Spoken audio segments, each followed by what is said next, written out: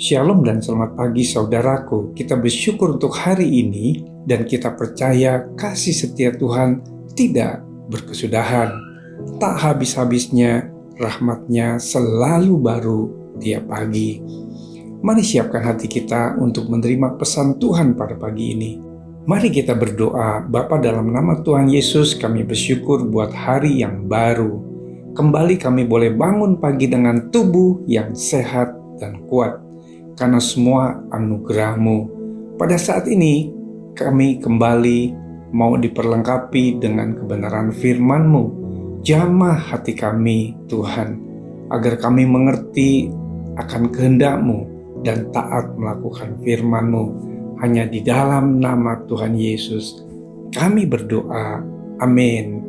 Tema renungan kita pagi ini adalah memenuhi panggilan Tuhan. Firman Tuhan diambil dari Efesyus 3 ayat 7 sampai 11. Demikian firman Tuhan. Dari Injil itu aku telah menjadi pelayannya, menurut pemberian kasih karunia Allah yang dianugerahkan kepadaku sesuai dengan pengerjaan kuasa-Nya. Kepadaku yang paling hina di antara segala orang kudus telah dianugerahkan kasih karunia ini, untuk memberitakan kepada orang-orang bukan Yahudi kekayaan kasih Kristus yang tidak terduga itu, dan untuk menyatakan apa isinya tugas penyelenggaraan rahasia yang telah berabad-abad tersembunyi dalam Allah yang menciptakan segala sesuatu, supaya sekarang oleh jemaat diberitahukan berbagai ragam hikmat Allah kepada pemerintah-pemerintah dan penguasa-penguasa di surga, sesuai dengan maksud abadi yang telah dilaksanakannya dalam Kristus Yesus Tuhan kita. Bapak, Ibu, Saudaraku, Alkitab berkata kepada kita, setiap orang percaya diberikan bukan hanya keselamatan kekal, melainkan juga kehormatan untuk melayani Tuhan. Keduanya menjadi satu paket anugerah. Tuhan tidak memberikan tugas yang sama kepada setiap orang.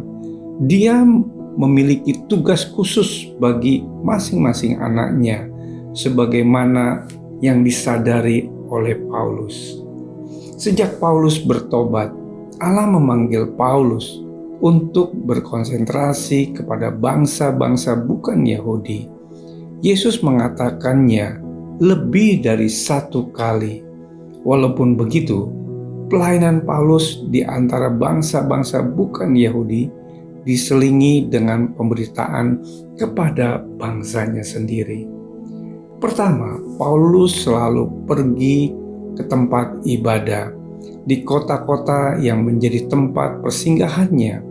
Ketika mereka menolak Injil, barulah kemudian ia pergi kepada bangsa bukan Yahudi. Di tengah segala tantangan yang ada, Paulus tekun dan setia melakukan pelayanannya sampai mati. Saudaraku, Allah adalah pribadi yang memanggil. Dia menyatakan kepada anak-anaknya yang mendengar panggilannya, mengenali kehendaknya dan taat.